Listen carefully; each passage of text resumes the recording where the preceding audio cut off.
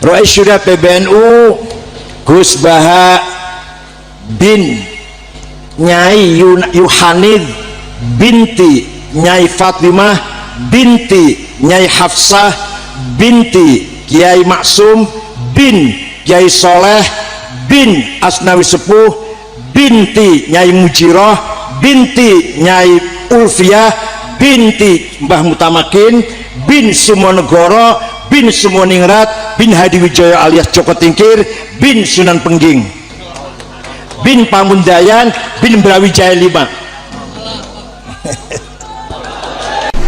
Al-Fatihah. Bismillahirrahmanirrahim. Ar-Rahmanirrahim. Surah Khairil Maghdubi 'alaihim waladdallin. Terus niki napa niati nggih dawuh Mu'adz bin Jabal niku ta'alu bina nu'min sa'atan. Terus Mu'adz bin Jabal teng riwayat Bukhari sering dawuh ayo rene moro aku, ayo do iman bareng-bareng. Terus ngaji kados ngeten iki termasuk nambahi napa iman. Assalamualaikum warahmatullahi wabarakatuh. Bismillahirrahmanirrahim.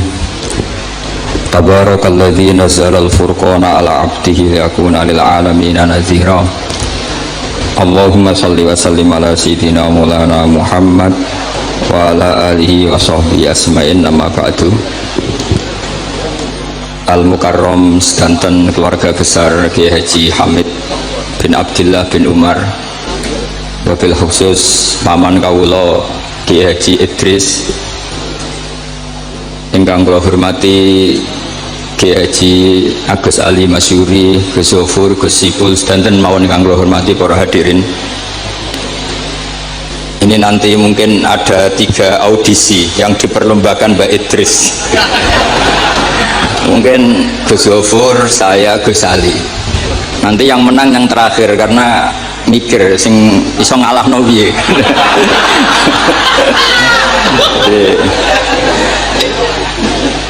Yang kasihan Gus Zofur karena pertama, jadi saya bisa gasap ilmunya nanti. Begini, kecil saya itu sering sowan Pak Hamid karena memang sepupu mbah saya.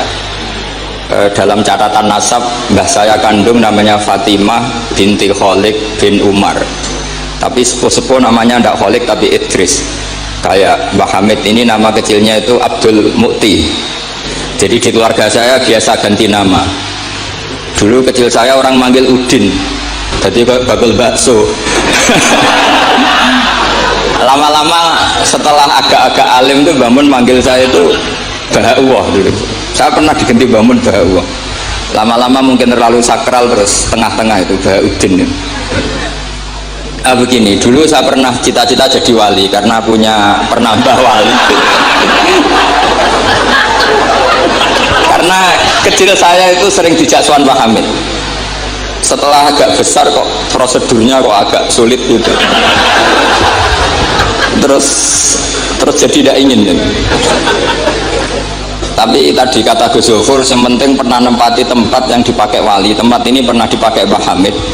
Insya Allah nasib kita kayak Nabi Zakaria, karena takbirnya hunalika, di tempat itu. Begini, jadi saya akhirnya nekuni ilmu itu di sarang. Yang jelas begini, sebelum hadirin tahu banyak, tradisi keluarga saya itu menghafal Quran. Dulu bapak saya Kiai Haji Nur Salim Al-Hafidh setiap kesini itu diminta Pak Hamid baca Quran di kamarnya. Jadi bapak saya itu kecelok ponaan mantu. Saya dengan Mbah Hamid itu nasibnya sama. Jadi Mbah Umar itu punya istri namanya Maimunah, itu mbak kandungnya Mbah Bedowi. Sama seperti Mas Arwani, semua yang di sini itu keluarga semua, keluarga Lasem. Tapi kesini tidak penjajah karena Mbah Kuseri ya sudah di sini. Tidak kok terjun bebas, tidak ada yang bawa gitu. Saya teruskan, nah, cita-cita kecil saya itu ingin jadi wali. Lama-lama kok syaratnya itu repot tuh. Karena idola saya itu Pak Hamid Pasuruan, kebetulan wali yang jalur sulit. Kalau wali jalur jadab itu gampang, ibu-ibu rada aneh-aneh itu clear sudah. Itu lebih gampang. itu. Tapi Mbah Hamid ini kan ma'ruf bil ilmi karena beliau pernah ngaji di Mbah Khalil Harun di Kasingan, tapi gak lama, yang paling lama di Mbah Dimyati Termas. Beliau lama sekali ngaji di Mbah Dimyati Termas bareng Mbah Limaksum, bareng Mbah saya, Mbah Sidik, terus bareng banyak. Kita tahu Mbah Dimyati Termas adalah adik kandung Kiai Mahfud At-Turmusi.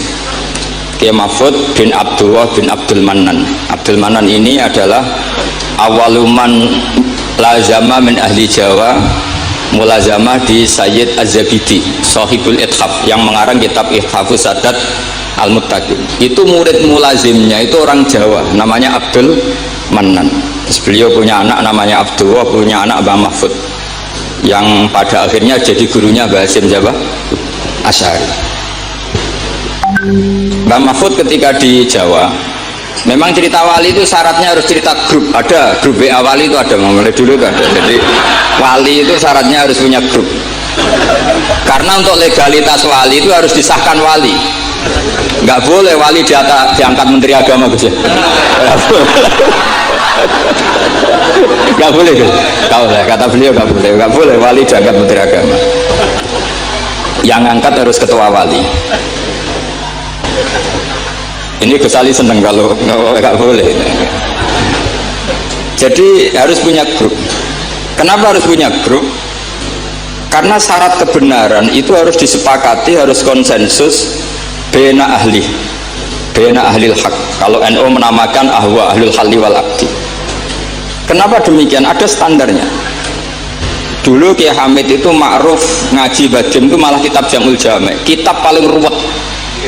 Makanya alhamdulillah nggak banyak peminatnya, karena sesuatu yang ruwet nggak perlu diteruskan. Jamul Jami' itu kitab yang saya dulu pernah ngaji Mbah Mun, abahnya Gus Zufur itu khatam. Itu ngaji itu lama sekali, karena memang nggak bisa cepet-cepet, karena memang harus mikir. Setelah saya ngaji Jamul Jami', ngaji Lubil Usul, karena Kiai Mahfud itu al-usuli. Nah ini kaitannya dengan kewalian Mbah Hamid. Nanti kamu bisa daftar lewat jalur ini, jalur saya ini nanti. Kitab Usul Fiqh adalah sebetulnya kitab yang memudahkan kita jadi wali, meskipun pelajarannya susahnya minta ampun. Kenapa demikian? Karena Usul Fiqh itu yang memberi ruang bahwa qutbu hadaddin adalah al-istildad bil mubahat. Pada akhirnya poros utama agama ini adalah orang-orang soleh itu nikmati ma'abahahuwa, sesuatu yang dibolehkan Allah Subhanahu wa ta'ala. Saya dulu ya janggal, Mbah Mun itu kalau ketemu bapak saya itu ya guyon terus. Kiai Hamid di Lasem sama Singat kalau ketemu keluarganya sering guyon di ruang tengah itu di Pondok Fakhriyah, karena mbah saya itu sepupu beliau. Dulu saya janggal sampai Mondok Sarang ya, semua ulama kalau ketemu pasti guyon. Ternyata apa? Memang menurut pandangan usul fikih hukum mubah itu tidak ada. Kenapa tidak ada? Karena mubah itu maknanya bisa dilakukan, bisa ditinggalkan. Padahal dengan melakukan mubah seseorang pasti meninggalkan keharaman. Watarkul haram wajib, padahal meninggalkan barang haram itu wajib. Makanya rata-rata pondok-pondok salaf itu jarang santrinya diharamkan rokok, ngopi. Karena kalau kangkang itu ngopi terus rokokan dangak-dangak, itu artinya kan nikmati suasana pondok. Kayak apa kalau itu di bar, itu di kafe. Jadi itu bukan ngopi, itu tarkul haram. Nah ini saya mohon yang kangkang kecil-kecil jadi wali lewat itu saja. Sehingga tidur itu ya wajib, karena dengan tidur kamu tidak bisa maling, tidak bisa dugem, tidak bisa ke kafe, tidak bisa di perapatan lihat wanita-wanita cantik. Jadi wan naumu ibaratun antar kilmaasi. Itu cara pandang usul fikih. Sehingga dengan cara pandang seperti ini Allah ngendikan wa min ayatihi manamukum billaili wan nahar. Termasuk ayatnya Allah adalah kamu tidur baik malam maupun siang dan baik subuh. Jadi cara pandang adalah al-manam itu tarkul ma'asi. Sehingga orang-orang usul fikih, makanya ketika Mbah Hamid terkenal wali, kemudian setelah saya besar tahu bahwa orang alim sampai bisa menerjemahkan menazumkan sulam taufik macam-macam lah. Yang saya kenang adalah saya ini itu, saya tak matur Mbak Idris itu pernah Pak Alik Saya ini apal diba, apal berjanji, apal burda. Itu juga karena mbah saya kandung namanya Mbak Fatimah. Cung, Kak Hamid itu jadi wali, itu mergo apal burda, apal diba. Karena saya masih ingin jadi wali, saya hafalkan. Akhirnya saya hafal. Saya tidak tahu ini kalau Gus Aziz ini hafal apa enggak. Padahal sarannya mantunya orang Islam harus hafal Gus ini kan. Jadi saya ini akhirnya saya hafal, sampai sekarang hafal. Tapi tidak untuk pidato, ya hafal saja. Kalau Pak Said Akil sirat hafal terus ngendikan terus kalau pidato. Katanya kalau nggak hafal nggak NU katanya. Begini, saya ini termasuk pengagum wali-wali alim. Mimbenihim tentu Mbah Hamid. Pertama Mbah Mun terkenal wali itu juga diantaranya yang memaklumatkan itu Mbah Hamid. Ini masalah ini ada Mas Arwani.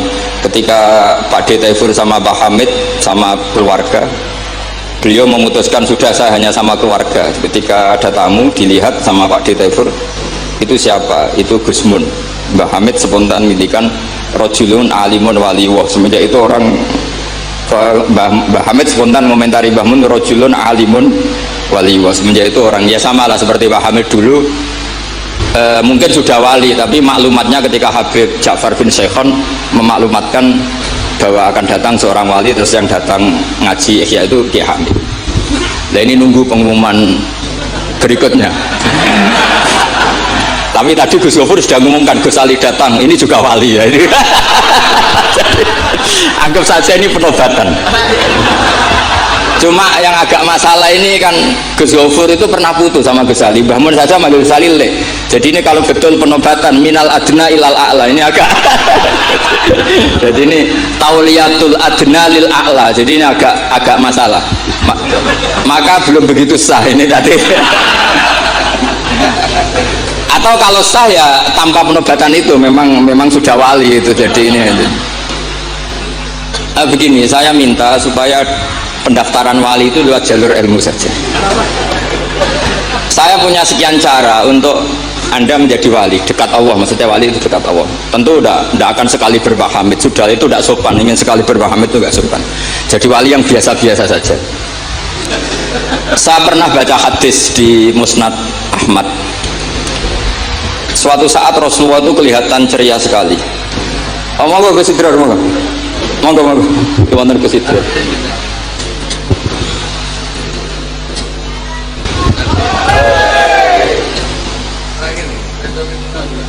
Monggo.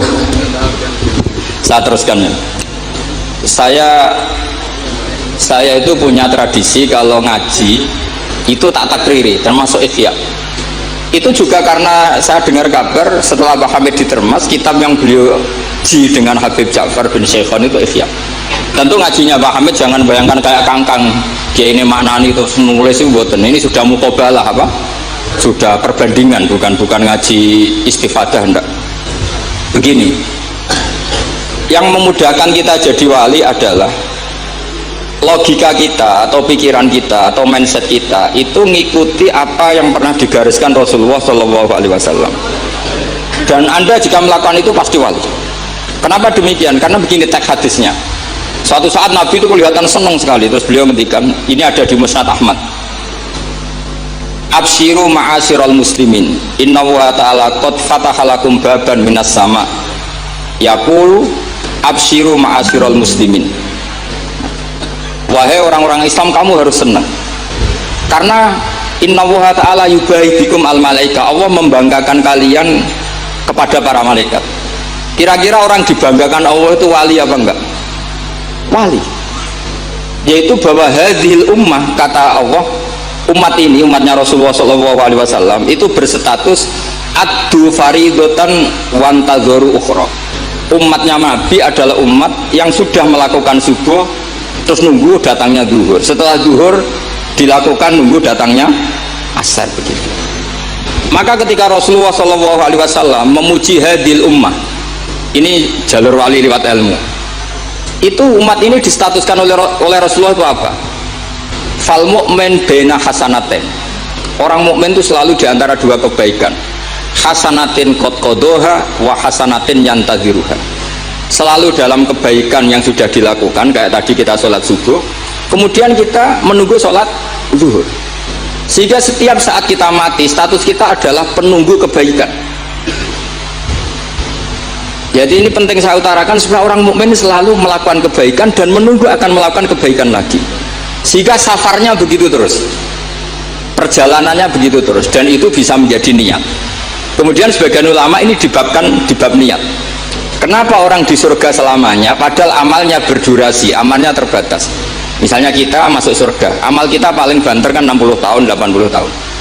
Kenapa kita di surga abadal abad? Itu oleh ulama seperti Imam Suyuti dibabkan bab niat. Karena kita punya niat, punya komitmen. Lau isna abadal abad la amanna ya abadal abad. Lau syi'na abadal abad ya la sholaina abadal abad. Karena kita punya niat, andaikan kita hidup selamanya, kita akan iman selamanya. Andaikan kita hidup selamanya, kita akan sholat selamanya. Nah, kenapa orang kafir mu'adzab abadal abad padahal dia kafirnya juga terbatas? Karena di hati mereka kalau hidup terus ya akan begitu terus, sehingga disebut itu dibabkan di bab apa nih? Niat. Nah, orang mukmin barokahnya ada istafet tadi, habis subuh ingin asar, duhur ingin asar, selalu perjalanannya dari istafet melakukan kebaikan menuju istafet kebaikan yang lain. Makanya orang mukmin kata Rasulullah Shallallahu Alaihi Wasallam, fal mukmin bina hasanaten, yaitu hasanatin qad qadaha wa hasanatin yantadhiru. Sehingga saya mohon sekali kalau jenengan sedang melakukan kebaikan harus langsung punya niat kebaikan yang lain, kebaikan yang lain. Makanya saya tetap berharap suatu saat setelah Mbah Hamid akan lahir wali baru, lahir wali. Ngenteni terus. Orang kudu kasil saiki ngenteni wae ben terus. Karena kalau kasil saiki malah ndak nganti ngenteni. Saya itu pernah kalah debat sama santri seumur-umur itu satu. Gus, jenengan sama saya itu masuknya surga cepat saya. Kenapa? Kata Rasulullah, man salaka tariqan yaltamisu fihi ilman sahalallahu lahu tariqan ilal jannah. Itu yang masuk surga itu yang masih mencari-cari. Kalau jenengan sudah ketemu itu enggak masuk hadis itu. Wah, kurang ajar betul itu orang itu. Jadi itu syaratnya harus masih mencari cari. Kalau sudah ketemu itu enggak masuk hadis itu karena sudah ada yaltamisu fihi ilman. Ini saya ijazahkan kepada Gus-Gus yang muda. Saya ngijazahi Mbak Idris gak berani, tak ijazahkan ini sama Gus Aziz. Mbak Hamid dulu masyhurnya itu supaya orang-orang tua ini yaltamisu fi ilman. Itu yang orang-orang sepuh itu kalau sowan beliau disuruh ngapalkan Quran. Ada yang 2 tahun mati, 4 tahun mati. Sementing kata beliau, kata Mbak Hamid sini, sementing kowe nuju golek ilmu cum. Termasuk Pak De Bukhari yang orang Lasem itu juga ngapalkan Quran. Ada yang 6 juz mati, 9 juz mati. Karena Mbah Hamid ingin semua orang itu yaltamisu fihi ilman, bahwa dalam kehidupan ini mencari-cari apa? Ilmu. Meskipun beliau tahu secara teori nggak sampai umurnya. Makanya kalau suwun yang sepuh-sepuh ini juga terus daftar wali nanti, terus belajar. Tapi jangan buku yang menyesatkan. Nah, kenapa begitu? Karena ulama dulu tuh ingin semua orang itu melakukan hasanatin qad qadaha wa hasanatin yang tadhiru. Tapi Rasulullah karena tahu kalau orang terlalu kepedean itu masalah. Terus Nabi juga ngendikan wal mu'min baina makhafaten. Orang mukmin dalam ketakutan dua. Yaitu baina ajalin qad madha la yadri ma wallahu qadin fihi, ma wallahu sani'un fihi. Wa baina ajalin qad baqiya la yadri ma wallahu qadin fihi. Itu betapa Rasulullah itu jami'ul kalim. Orang yang kalau ngendikan itu mudah difahami. Tapi kamu jangan selalu gembira, kamu itu punya 2 ketakutan, dihimpit 2 ketakutan, yaitu ketakutan masa lalu kamu, yang kamu tidak tahu Allah akan memperlakukan kamu kayak apa, dan ajal yang akan datang kamu juga gak pernah tahu nanti kamu diperlakukan Allah kayak apa. Makanya terus ulama-ulama kalau ngarang itu biasanya dibabkan kitabul khaufi war roja. Jadi rojaknya karena al mu'min baina hasanaten, yaitu hasanatin qad qadaha wa hasanatin yantadhiruha, tapi juga al mu'min baina makhafaten baina ajalin qad madha la yadri ma wallahu sani'un fihi wa baina ajalin qad baqiya la yadri ma wallahu qadin fihi. Sehingga orang Islam semuanya stabil, ada khauf, ada rajak. Dan itu lagi-lagi di kitab Ihya, kitab yang dimulazamai Mbah Mun, dimulazamai Mbah Hamid. Saya sampai sekarang masih terus belajar Ihya. nara iso ya ngerpek. Saya sampai sekarang masih ngerpek kitab Ithafil. Karena saya punya Ihya itu 4 kalau nggak 5. Cetakan Toha Putra, DKI, Darul Hadis Al-Qahirah. Saya biasanya kalau kitab induk punya sampai 4 sampai 5. Nggak tahu kalau ibu induk nggak tahu itu punya, nggak tahu saya. Pokoknya kalau kitab induk itu saya punya sampai 4. Karena sering salah cetak. Kenapa dulu sering salah cetak begini? Kalau seorang ulama ngarang itu ditungguin muridnya. Imam Buaiti nulis, Imam Buzani nulis, Imam Rogi nulis. Mungkin karena Imam Syafi'i ngendikan misalnya yas taswid, mungkin yang satu nulis pakai shin, yang satu nulis pakai sod. Sehingga kitab sekecil takrib itu ada wafinus sotin gak ada. Nah, karena kalau sekarang kan enggak di komputer, kalau masternya sama ya sama. Terus kalau dulu enggak, wafi batin nusah gak ada, wafinus sotin gak ada, karena muridnya beda. Problemnya ya nanti kalau muridnya pas geloyor ya nggak karu-karuan. Makanya ada sanad salah petik itu jadi mati. Ada santri yang nggak pati ngalim, kitabnya dia itu Hayatun Sauda Dawaun min Kulida. Jadi kelebihan titik. Akhirnya dia cari ular hitam. Hayat itu mana nih ular, Sauda itu hitam, Dawaun min Kulida, penyembuh dari segala penyakit. Karena kitabnya pakai titik 2, dia cari ular hitam, kebetulan itu kobra ya, dipatok mati ya sembuh betul, tidak sakit lagi gitu. Ya ya dia kitabnya dia itu Hayatun Sauda, padahal yang benar itu Habbatun Sauda. Jadi kalau salah titik itu resikonya seperti itu. Jadi Habbatun Sauda, kitabnya dia Hayatun Sauda. Nah berikutnya ini mungkin yang terakhir, ini trik jadi wali yang mintorikil ilm, seorang lagi mintorikil ilm. Banyak kitab menjelaskan bahwa Abu Yazid Al-Bustami itu tanya, ya Allah, orang sehebat saya itu siapa? Karena beliau itu ahli ibadah. Sama Allah dijawab oleh Hatif ya tentu. Kamu tidak usah tanya caranya Allah jawab gimana. Tidak, wali itu tetap nggak bisa tuh. Jadi wali dulu nanti tahu sendiri. Ditunjukin temannya yang pinggirnya itu loh, teman kamu yang tidur.